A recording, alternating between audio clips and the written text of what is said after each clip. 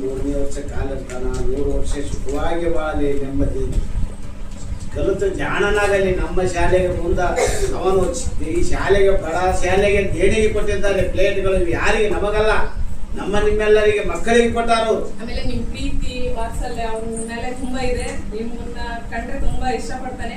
ಮನೆಗೂ ಅಷ್ಟೇ ಆಕ್ಟಿವ್ ಆಗಿರೋರು. ಹೇಳ್ಬೇಕಂತಂದ್ರೆ ಇಲ್ಲಿ ಬಂದ ತಕ್ಷಣ ನಿಮ್ಮೆಲ್ಲರ ಅಪ್ಕೊಂಡು ಮುದ್ದೇಳೋದು. ನಮ್ ಸರ್ ಅಂದ್ರೆ ನಿಜ ಹೇಳ್ಬೇಕಂದ್ರೆ ಅಲ್ಲಿ ನಮ್ಮ ಮನೇಲಿ ನಮ್ಮ ಮಾವನ ಎಷ್ಟು ತಾತ ಅಂತ ಫೀಲ್ ಮಾಡ್ತಾಳೆ. ಸ್ಕೂಲಿಗೆ ಬಂದ ತಕ್ಷಣ ಅಷ್ಟು ತಾತ ಅಂತ ಫೀಲ್ ಮಾಡ್ತಾನೆ. ಆಮೇಲೆ ಒಂಥರ ಮುದ್ಲಿಂದ ಊಟ ಮಾಡೋದಾಗ್ಲಿ, ಅದೇ ಎಷ್ಟೊಂದು ಮೆಮೊರೀಸ್ ಅವ. ಇದೆಲ್ಲದಕ್ಕೂ ನಾವು ಚಿರಋಣಿ, ಯಾವಾಗ್ಲೂ ಸದಾ ಆಭಾರಿಯಾಗಿರ್ತೀವಿ. ಈಗ ಶಾಲೆಗೆ ಎಷ್ಟು ದಿನ ಇರ್ತೀವೋ ಅದು ಸೆಕೆಂಡ್ರಿ, ಆದ್ರೆ ಈ ನೆನಪುಗಳು ಶಾಶ್ವತವಾಗಿ ನಮ್ಮ ಜೊತೆ ಇರುತ್ತೆ. ಇಂತಹ ಒಂದು ವಾತಾವರಣ ನಿರ್ಮಿಸ್ಕೊಳ್ತಕ್ಕಂಥ ನೀವೆಲ್ರಿಗೂ ಕೂಡ ಎಸ್ಪೆಷಲಿ ಶರಣ್ ಸರ್ ತುಂಬಾ ಸ್ಪೆಷಲ್ ಆಗಿ ಇವುಗಳೆಲ್ಲ ಮಾಡ್ತಾರೆ. ಇದನ್ನೆಲ್ಲ ಮಾಡೋದು ರೀಸನ್ ಇಷ್ಟೇನೆ. ಯಾವುದೇ ಒಂದು ಕಾರಣದಲ್ಲಿ ಒಬ್ಬರಿಗೆ ಪ್ರೋತ್ಸಾಹ ಮಾಡಿದ್ರೆ ಇನ್ನೊಂದು ಒಬ್ರು ಯಾರಾದ್ರೂ ದಾನ ಮಾಡಿದ್ರೆ ನಮ್ಮ ಶಾಲೆ ಬೆಳಿಬೇಕನ್ನೋ ಒಂದು ಉದ್ದೇಶ ಅಷ್ಟು ಬಿಟ್ಟರೆ ಮತ್ತೆ ಯಾವ ಒಂದು ಉದ್ದೇಶನೂ ಇರಲ್ಲ. ಸರಿನಾ? ಮತ್ತೆ ಎಲ್ಲ ಮಕ್ಕಳು ಎಲ್ಲ ಟೀಚರ್ ಬರ್ಡೇನು ಶಾಲೆಯಲ್ಲಿ ಸೆಲೆಬ್ರೇಟ್ ಮಾಡ್ತಾ ಇದ್ದಾರೆ.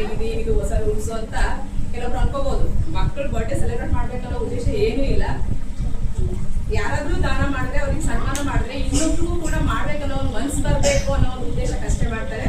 ಕೊನೆಯದಾಗಿ ಎಲ್ರಿಗೂ ಮತ್ತೆ ಧನ್ಯವಾದಗಳು.